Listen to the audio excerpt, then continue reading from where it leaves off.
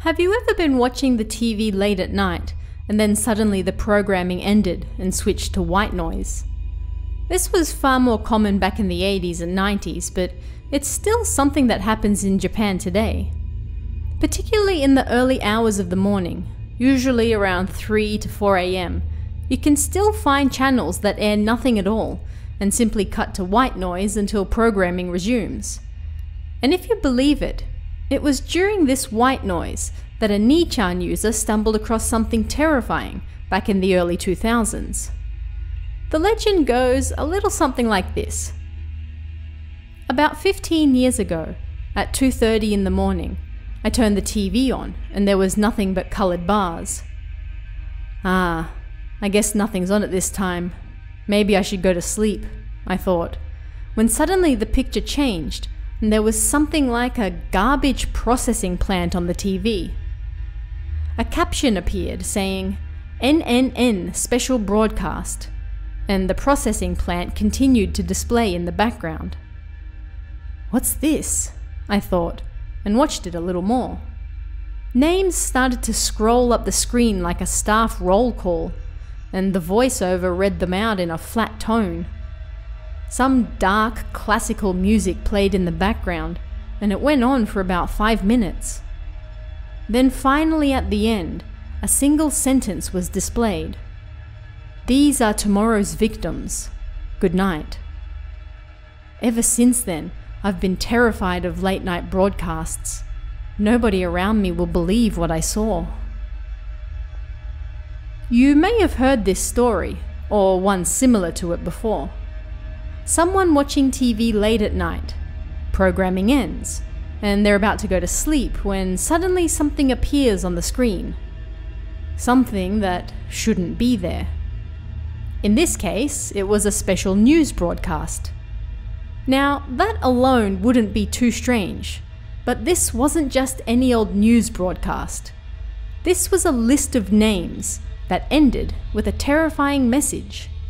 These are tomorrow's victims. Good night.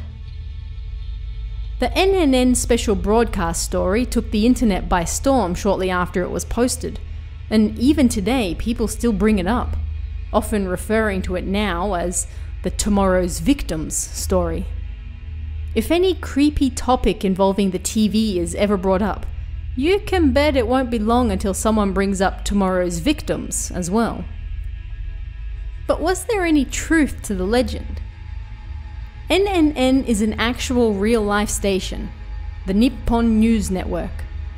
Whether this station and the station mentioned in the story are supposed to be one and the same is unknown, however. It might be a coincidence that they share the same letters, or they could be the same channel. As I said earlier, white noise in the early hours of the morning isn't too strange either. This happened to me a lot while I was living in Japan, and it's certainly terrifying to fall asleep with the TV on and wake up to a buzzing sound filling the room because programming for the night has ended. This freaked me out on more than one occasion. There's one interesting point in the story, however, that immediately makes it suspicious. At the very beginning of the story, the poster mentions that it was around 2:30 AM when programming ended. Before long, the special news broadcast appeared and it ended with, "These are tomorrow's victims. Good night."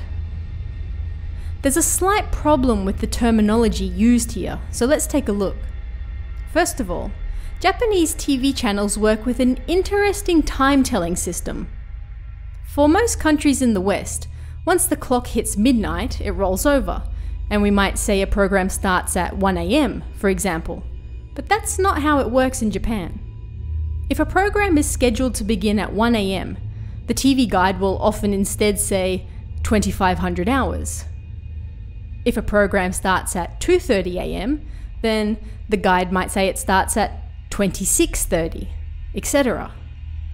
The hours after midnight are added on to the 24-hour time until programming for the night ends. Once it picks up again in the morning, the times return to normal. Why do they do this? Because even though a new day technically begins at midnight, If you're still watching TV at 1 a.m., then you've probably been awake the whole time doing it. It's not really a new day for you yet because you haven't gone to sleep. It's the same time. To avoid confusion, the stations just add more hours onto the 24-hour system until programming for that night ends. Imagine it's 12:10 a.m., 10 minutes past midnight. If you haven't yet gone to bed, is 10 minutes ago really yesterday? On a technical level it is, yes. But it's confusing because we tend to think of yesterday as the day before, after I've woken up. But what about tomorrow? If you're watching TV and someone says, "Tune in tomorrow night," and it's 11:50 p.m., does that mean sometime in the next few hours? Or the following night after I've gone to sleep and woken up? It's confusing, and to avoid that, the 24-hour plus times are usually used. So when the NNN special broadcast says, "These are tomorrow's victims, good night," at 2 a.m., which tomorrow is it referring to? When the person wakes up? The day after that? It's unclear, and that type of vagueness is generally avoided in the news. A real broadcast would specify a time or date to make sure the information is conveyed crystal clear. If you're going to die tomorrow, you're really going to want to know if that's actually today, after you've woken up, or the day following that, the technical tomorrow. That makes a massive difference. Of course, specifying a solid date doesn't really make for a good story to share on the internet. No proof was ever found of a broadcast like this ever airing anywhere either. It was shared on 2chan during a time where online creepypastas were booming, so it's undoubtedly just a story created to capitalize on that. And it worked.